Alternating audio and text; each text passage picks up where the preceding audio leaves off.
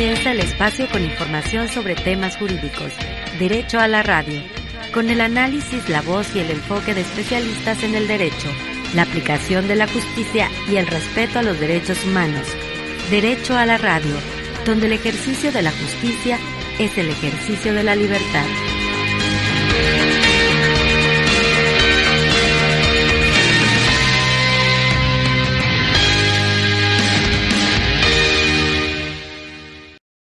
Buenas tardes, tengan todas y todos ustedes, sean bienvenidos a este espacio radiofónico Derecho a la Radio, su programa favorito, que se transmite todos los miércoles en punto a las 19 horas desde el 94.9 Universo FM, la estación de la Universidad de Colima. Lo hacemos también a través del Facebook oficial de la Facultad de Derecho y del Facebook oficial de la estación Universo 94.9. Y bueno, como en cada programa se encuentra con nosotros nuestra amiga Bárbara Mancera. Hola Bárbara, muy buena tarde. Hola Enoch, qué gusto saludarte a ti. También hay que recordar a nuestras audiencias que pueden sintonizar la retransmisión de este programa el sábado a la 1:00 p.m. en esta estación radio también de la Universidad de Colima, Universo 94.9. Además, hoy vamos a abordar el tema la presunción de inocencia, pero en el derecho administrativo sancionador. Así es, Bárbara, un tema muy interesante que ha llamado bastante la atención y que evidentemente pues será tratado desde dos perspectivas no menos interesantes. Y si estás de acuerdo, pues lo haremos, iniciamos este programa como tradicionalmente lo hacemos, y es con la intervención del doctor José Ángel Méndez Rivera, quien presenta la sección editorial. Adelante, doctor Méndez Rivera, le escuchamos. Buenas noches desde Colima, México. El editorial de hoy es Presunción de Inocencia y Derecho Administrativo. Según los académicos Ortega, Maldonado y García Atra, jurisprudencialmente la interpretación de la presunción de inocencia se ha delimitado cuando menos a 3 garantías básicas: como regla probatoria, como regla de tratamiento y como regla de juicio, siendo esta última a través de la cual se aborda más la presunción de inocencia en el derecho administrativo sancionador mexicano. La presunción de inocencia no solo resulta aplicable en los supuestos del derecho administrativo sancionador, sino que también lo es para otras ramas jurídicas específicas o conexas, como el derecho tributario sancionador y el derecho de la competencia económica. Así, la presunción de inocencia debe, en todo caso, modularse atendiendo a reglas del contexto en el que se aplique, esto es, distinguiendo cuando se hace efectiva dicha presunción en la actuación de la autoridad administrativa jurisdiccional con reglas de juicio, o cuando se hace efectiva con reglas de tratamiento en actos unilaterales de autoridad administrativa fuera de juicio. Se considera que la no atención de la presunción de inocencia en el procedimiento administrativo sancionador implica la violación de principios como el debido proceso o el de progresividad procesal, además de la violación de derechos humanos contenidos en los instrumentos internacionales que dan tratamiento a la presunción de inocencia y que vinculan al Estado mexicano. En el caso de nuestro país, el Tribunal Federal de Justicia Administrativa ha sostenido que, tratándose de la facultad sancionadora del Estado en su vertiente del derecho administrativo, es aplicable el principio de presunción de inocencia, el cual consagra, entre otras, una regla de tratamiento procesal a favor de los gobernados sujetos a un procedimiento que puede concluir con la imposición de una sanción que sería por responsabilidad administrativa, distinta a la culpabilidad por responsabilidad penal, en la que también opera el principio de presunción de inocencia. ¿Y usted qué opina? Muchas gracias por su atención. Agradecemos al doctor José Ángel Méndez Rivera por la lectura de este editorial. Así es, Bárbara. Para quien acaban de sintonizar esa transmisión, les compartimos que abordamos el tema relativo a la presunción de inocencia en el derecho administrativo sancionador. Para tales efectos, agradecemos que nos acompañe en esta sección de entrevista el doctor Arturo Lara Martínez, magistrado del Tribunal de Justicia Administrativa del Estado de Guanajuato, a quien le agradecemos infinitamente su disposición para colaborar siempre con la Universidad de Colima. Bienvenido a este espacio radiofónico que es suyo, doctor Lara. Gracias, doctor Enoch. Saludos a ti, a todo el auditorio, y pues muy interesante también la introducción editorial que hace el doctor José Ángel Méndez Rivera. Coincido en todo lo que ha mencionado y ahorita pues platicamos un poco más sobre el tema. Gracias, doctor. Y para contextualizar a quienes nos están escuchando, ¿puede compartirnos qué se debe entender por presunción de inocencia? Claro que sí, Bárbara, saludos para ti también. Bien, cuando hablamos de del principio de presunción de inocencia me parece que es un principio ligado a la dignidad humana, ya que la falta de este derecho o de este principio se concreta en un estigma que justifica la sanción y la marginación de las personas. Por eso es muy importante pues que en todos los órdenes jurídicos lo tengamos presente, tanto a nivel constitucional como a nivel legal. Es un principio que se ha venido desarrollando desde el derecho romano.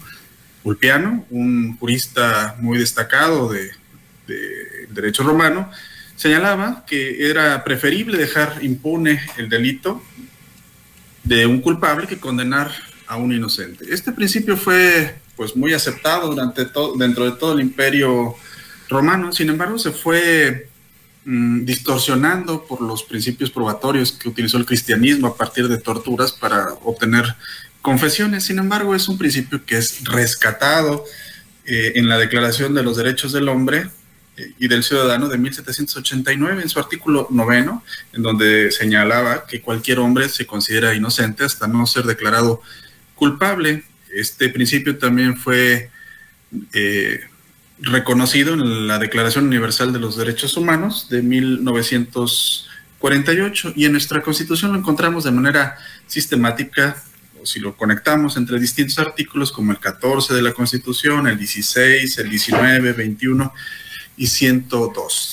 Una definición mucho más clara de este principio la podríamos encontrar en leyes específicas como los códigos penales o los códigos de procedimientos penales y las leyes de responsabilidades administrativas. Pero ¿qué nos ha dicho la Corte sobre este principio? La Corte nos dice que es un principio o un derecho poliédrico, es decir, que tiene manifestaciones o protecciones en distintas etapas de los procesos sancionatorios. Dentro de este principio o manifestación poliédrica, podríamos decir que la presunción de inocencia es una regla probatoria, que sería una primera manifestación. ¿Y a qué nos referimos con que sea una manifestación o regla probatoria? Bueno, pues que hay principios en donde se establecerá dentro del derecho sancionatorio, tanto a nivel penal como a nivel administrativo, quién es el encargado de probar. Normalmente será la autoridad la que tendrá que probar una conducta del ciudadano para poderlo sancionar. Es decir, el ciudadano podría simplemente no declarar o no ofrecer pruebas sobre su inocencia. No tiene esa carga probatoria. La carga probatoria la tiene la autoridad. Después tenemos una siguiente manifestación que es una presunción de inocencia como regla de trato procesal. Una persona debe ser tratada como inocente aun y cuando esté sujeta a un procedimiento, es decir, tratamos de evitar que esta persona se estigmatice porque se le esté siguiendo un procedimiento. El resultado de ser culpable o no deberá ser contenido en una sentencia. Después tenemos una presunción de inocencia como un estándar de prueba. ¿Qué significa esto? Bueno, pues que los requerimientos para sancionar a un ciudadano son altos. Tan es así que en la mayoría de los procedimientos se exige o se requiere que las pruebas sean más allá o que acrediten más allá la culpabilidad de una persona, más allá de una duda razonable. A mí me gusta, por ejemplo, la definición que nos da la Ley de Responsabilidades Administrativas, la Ley General de Responsabilidades Administrativas en el artículo 135 de la Ley General, que señala toda persona, esto lo señalo con la intención de definir lo que es la presunción de inocencia, y este artículo dice que toda persona señalada como responsable de una falta administrativa tiene derecho a que se presuma su inocencia hasta que no se demuestre, más allá de toda duda razonable, su culpabilidad. Las autoridades investigadoras tendrán la carga de la prueba para demostrar la veracidad sobre los hechos que demuestren la existencia de tales faltas, así como la responsabilidad de aquellos a quienes se imputen las mismas. Quienes sean señalados como presuntos responsables de una falta administrativa no estarán obligados a confesar su responsabilidad ni a declarar en su contra, por lo que su silencio no deberá ser considerado como prueba o indicio de su responsabilidad en la comisión de los hechos que se le imputan. Es decir, esta definición del artículo 135 de la Ley General de Responsabilidades Administrativas me parece que tiene la triple manifestación de presunción de inocencia que nos señala la Corte. Ahora, doctor, en los 3 minutos que nos quedan para cerrar este primer bloque, y a propósito justamente ese concepto de presunción de inocencia, la pregunta es, ¿cuál sería entonces la diferencia de dicho principio en materia penal y en el derecho administrativo sancionador? En realidad, querido Enoc, es un principio contenido en materia penal. Sin embargo, la Corte nos ha dado licencia para utilizarlo en materia administrativa. Lo ha hecho a través, digamos que de dos jurisprudencias. Una que indica que el derecho administrativo sancionador para la construcción de sus principios puede acudir prudentemente a los principios del derecho penal. Es decir, como hay una carencia de doctrina en materia de derecho administrativo sancionador, la Corte ha dicho, utiliza los principios del derecho penal. Y dentro de estos principios también nos dice que la presunción de inocencia es aplicable al procedimiento administrativo sancionador, dice la Corte, con matices o modulaciones. Es decir, no lo podemos utilizar a rajatabla o en estricto sentido como se utiliza en materia penal, pero sí lo podemos utilizar con matices o modulaciones. Alguna modulación, solo por dar un ejemplo y con la restricción del tiempo que ya tenemos, se dio en el amparo en revisión 112/2020 que resolvió recientemente la Suprema Corte de Justicia y donde señala que no opera en el derecho administrativo sancionador el principio de no autoincriminación, que sería una de las variantes del derecho de presunción de inocencia. El derecho a la no autoincriminación no opera en derecho administrativo, según la Corte, en este amparo en revisión, pero lo que hace es revisar un procedimiento de sanción sobre la ley de competencia económica y dice que una persona no puede escudarse en este principio de no autoincriminación para ocultar o no ofrecer los documentos que tiene la obligación de conservar. Y no puede escudarse bajo el principio de no autoincriminación para no exhibir estos documentos. La falta de exhibición de estos documentos presume su carencia y por lo tanto puede ser sancionado. Entonces ahí podríamos encontrar un ejemplo de modulación. Doctor, justamente desde la experiencia, ¿cómo es que se puede llegar a vulnerar o cómo se suele vulnerar el principio de presunción de inocencia en el derecho administrativo, sancionador o sancionatorio, como usted también lo nombró? Sí, Bárbara. Bueno, aquí me gustaría hacer una precisión. Hoy en día estamos hablando de dos tipos de procedimientos para sancionar a los ciudadanos o a los servidores públicos. Uno le llamamos derecho administrativo sancionador, que ya abarca todas las disciplinas en donde el Estado puede ejercer su función que le llaman de Estado policía, es decir, de revisar todas las atribuciones que tiene y que sean cumplidas desde la administración pública, como puede ser en materia ecológica, en materia, medio ambiente, competencia económica, en fin. Y tenemos un derecho administrativo sancionador, pero al que le llamamos derecho disciplinario. Esto se ha ido ya dividiendo y algunos principios son aplicados mucho más estrictamente en el derecho disciplinario porque tiene una formación o una estructura más ligada al derecho penal que el derecho sancionador. Pero bueno, ¿cómo es que no se termina violentando este principio? Bueno, yo diría que a contrario sensu de lo que hemos estado mencionando, la Corte dice que este principio tiene tres manifestaciones, o que es poliédrico, sería en su vertiente de regla probatoria, en su vertiente de regla de trato procesal y en su vertiente de estándar probatorio. Violamos el principio de presunción de inocencia, por ejemplo, cuando obligamos a que un particular acredite su inocencia, cuando esto es una carga de la prueba de la autoridad. La imputación que le haga la autoridad a un particular para posteriormente sancionarlo, tiene que ser acreditada por la autoridad, no por el particular, salvo, como dijimos, en algunos procedimientos en donde el particular tiene la obligación de conservar documentos y exhibirlos a la autoridad, documentos vigentes para su funcionamiento, por ejemplo, en un establecimiento, uso de suelo, permisos para ejercer el comercio. Ese sería un ejemplo. También se puede violar el principio de presunción de inocencia en materia administrativa en su vertiente de regla de trato procesal, si la autoridad comienza a anticipar una sanción, anticiparla antes de que hayan concluido las etapas procesales, antes de que se le haya dado oportunidad al ciudadano de ofrecer las pruebas de descargo. El estigmatizarlo como un probable responsable o un posible sancionado viola este principio de presunción de inocencia y puede traer como consecuencia también la anulación de un procedimiento sancionatorio por la anticipación que pueda tener la autoridad en calificarlo como responsable o futuro sancionado. también podría ser que se viole el principio de presunción de inocencia si no se cumple con el estándar probatorio. Es decir, si existe una duda sobre si el ciudadano es responsable o el servidor público en el derecho disciplinario es responsable de la comisión de una acción y el acreditamiento no es mayor o no va más allá de una duda razonable, pues también se estaría violando este estándar probatorio. Es decir, la autoridad tiene que estar convencida que el ciudadano ha cometido una infracción y hasta entonces puede imponer la sanción. Lo mismo sucede en el derecho disciplinario, que hoy en día no está dirigido solo a los servidores públicos, sino también a los particulares. Hay conductas en las leyes de responsabilidades administrativas dirigidas a servidores públicos que cometen actos de corrupción, pero también a particulares que participan de estos actos de corrupción. En ambos casos, la prueba o las pruebas tienen que ir más allá de una sospecha o de una duda, sino que tiene que haber una confirmación de esa conducta.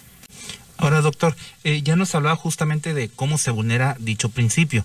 La pregunta sería entonces, ¿cómo se garantiza el principio de presunción de inocencia en el derecho administrativo sancionador?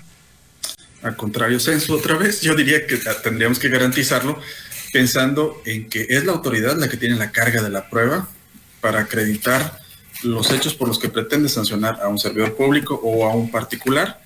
Entonces debemos entender que el ciudadano podría simplemente permanecer callado y la autoridad tendría toda la carga procesal para acreditar una conducta y sancionarla.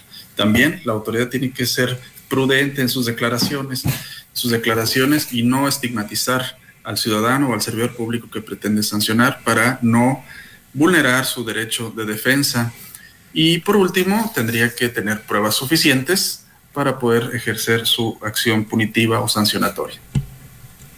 Nos quedan 3 minutos para terminar esta entrevista y quisiéramos preguntarle, este principio de presunción de inocencia de personas, tanto físicas como morales, en la administración pública o frente a la administración pública, ¿puede coexistir o tiene algún conflicto con el principio de veracidad en favor de la autoridad administrativa? Muy buena pregunta, Bárbara. La verdad es que puede coexistir perfectamente porque me parece que el principio de veracidad más bien debe ser denominado como principio de legalidad. Y este principio de legalidad es calificado así porque los actos de autoridad se consideran válidos hasta que no sean declarados nulos. Pero para llegar a o a la emisión de este acto, se puede hacer a través de 2 procedimientos. Un procedimiento seguido en forma de juicio ante la propia autoridad administrativa o los procedimientos que son solo 2, que son de responsabilidad patrimonial y responsabilidad administrativa, que son seguidos ante los tribunales de justicia administrativa en primera instancia. Entonces, ¿qué sucede? Una autoridad que pretende sancionar a un particular en un procedimiento administrativo seguido en forma de juicio tiene la obligación de recabar pruebas, de respetar la presunción de inocencia y únicamente hasta que obtenga las pruebas suficientes puede entonces sancionar a un particular. Si pretende imponer una sanción de responsabilidad administrativa a través de los procedimientos que acabo de mencionar ante un tribunal de justicia administrativa, igualmente tiene que recabar pruebas, tiene que otorgar una garantía, se tiene que otorgar una garantía de audiencia al ciudadano, tiene la posibilidad de ofrecer pruebas y hasta que se cumplan estas formalidades del procedimiento, entonces la autoridad puede emitir un acto administrativo, ya sea en sede administrativa o ante el Tribunal de Justicia Administrativa. Entonces, en estas etapas previas a la emisión del acto de autoridad, ya sea acto de autoridad administrativo emitido por la autoridad administrativa o la resolución o sentencia del Tribunal de Justicia Administrativa, debió de respetarse la presunción de inocencia. Lo que se considerará como acto válido es el resultado o la resolución de la autoridad administrativa o de la autoridad jurisdiccional. Estos no son definitivos, podrían ser impugnados, anulados. Sin embargo, me parece que no hay un conflicto entre el principio de legalidad y la presunción de inocencia. Es decir, para que se emita un acto de autoridad válido, debió de respetar este principio de presunción de inocencia. Ahora, doctor, para cerrar ya esta sección de entrevista, nos gustaría solicitarle, nos pudiera compartir una reflexión final en este último minuto, si es tan amable. Claro que sí. Yo creo que el principio de presunción de inocencia es un principio muy racional, que las autoridades, al que las autoridades no deberían de tenerle miedo. La verdad es que no respetar el principio de presunción de inocencia tiene muchas consecuencias, tiene consecuencias en la vida y en la vida, en el patrimonio y en la moral de las personas, pero también puede tener una consecuencia en el patrimonio de las entidades públicas, porque puede ser que haya elementos suficientes para sancionar a un ciudadano o a una persona moral. Sin embargo, no respetar este principio puede traer como consecuencia que el acto de autoridad termine anulándose o que al final haya una condena de carácter económico en contra de la administración pública. El no respeto a este principio de presunción de inocencia es solamente, creo yo, por una falta de técnica jurídica de las autoridades administrativas. Y por lo tanto, pues resulta ser un factor muy recurrente de anulación de los actos de autoridad. Doctor, pues hemos llegado al final de esta entrevista. Por supuesto, hay que agradecer al doctor Arturo Lara Martínez. Él es magistrado del Tribunal de Justicia Administrativa del Estado de Guanajuato. Muchas gracias, doctor. No, gracias a ustedes por la consideración, y pues yo en la Universidad de Colima me siento como en casa, así que siempre estaré disponible. Un abrazo para todos y que pasen buena tarde. Derecho a la radio, donde el ejercicio de la justicia es el ejercicio de la libertad. Continuamos en breve.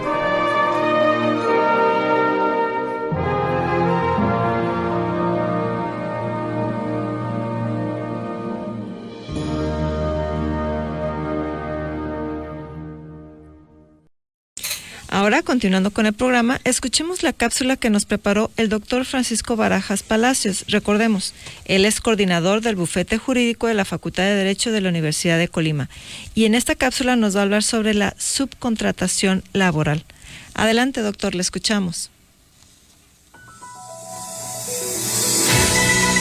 Muy buenas tardes, estimados radioescuchas. En esta ocasión vamos a hablar un poco sobre la subcontratación laboral, un tema que hoy en día ha recobrado especial importancia. En ese sentido, ¿qué se entiende por subcontratación laboral? Se trata de un servicio que consiste en poner trabajadores propios a disposición de otra persona, ya sea de personas físicas o morales, es decir, las empresas. ¿Quiénes pueden estar involucrados en la subcontratación laboral? Bueno, generalmente se trata de dos personas activas, uno es el contratante y otro es el contratista. El contratista presta servicios suministrando a su personal para efectuar las tareas que exige la empresa contratante. ¿Cuándo se permita la subcontratación laboral? Bueno, cuando se trata de servicios especializados o de ejecución de obras especializadas que no forman parte del objeto social ni de la actividad preponderante económica de la empresa que requiere los servicios de la empresa contratista. ¿Cuál es la diferencia entre una obra y un servicio especializado? Generalmente el servicio especializado se refiere a aquella actividad que es permanente, por ejemplo, el mantenimiento de un edificio. Y por otro lado, una obra especializada son aquellas actividades que tienen un comienzo y un final, como en el caso de la instalación del aire acondicionado en unas oficinas. Ahí está su diferencia. Finalmente, ¿la subcontratación laboral debe formalizarse? Sí, definitivamente que deberá realizarse mediante un contrato por escrito en el que se señale el objeto de los servicios a proporcionar o las obras a ejecutar, así como el número aproximado de trabajadores que participarán en el cumplimiento de dicho contrato. Sin lugar a dudas, la subcontratación laboral, un nuevo esquema de prestación de servicios profesionales en donde intervienen un contratista y un contratante. Muchísimas gracias. Agradecemos la participación del doctor Francisco Barajas Palacios, coordinador del bufete jurídico de nuestra Facultad de Derecho. Bueno, desafortunadamente el tiempo de este programa se ha agotado. Como siempre, Bárbara, al menos la percepción es que el programa fluye bastante rápido, pero ha sido un programa muy productivo con dos temas muy interesantes. Uno de ellos, este último que refirió el doctor Palacios, la subcontratación laboral. Sí, recuerden que pueden hacernos propuestas de temáticas para que el comité editorial pueda programar estas entrevistas que además resultan de mucho interés y muy interesantes. Así es, Bárbara, y sobre todo porque los comentarios de nuestros escuchas, ya sea a través del Facebook o a través de los mensajes, las llamadas telefónicas, fortalecen el trabajo que se realiza de manera cotidiana y permiten que el programa todavía sea aún mejor de lo que ya es, y el posicionamiento que tiene este programa se ve justamente al favor de nuestras escuchas. En virtud de ello vamos a cerrar este programa, no sin antes agradecer a quien nos ha apoyado en los controles, a Oscar Segura, en el control de transmisión en Facebook, Alejandra García, así como al equipo de producción, al doctor José Ángel Méndez Rivera, Francisco Mayoral, Reina Andrade, a Julio César Llerenas Ceballos, y por supuesto, como siempre lo decimos, agradecemos a nuestras audiencias que hacen posible este programa, que por cierto ya estamos próximos a cumplir 4 años de transmisión ininterrumpida, gracias al favor de su escucha cada semana. Se despiden de los micrófonos Bárbara Mancera y Enoc Morán. Que pasen ustedes muy buena tarde. Aquí termina esta emisión. Te esperamos la próxima semana en Universo 94.9. Derecho a la Radio, una producción de la Facultad de Derecho de la Universidad de Colima.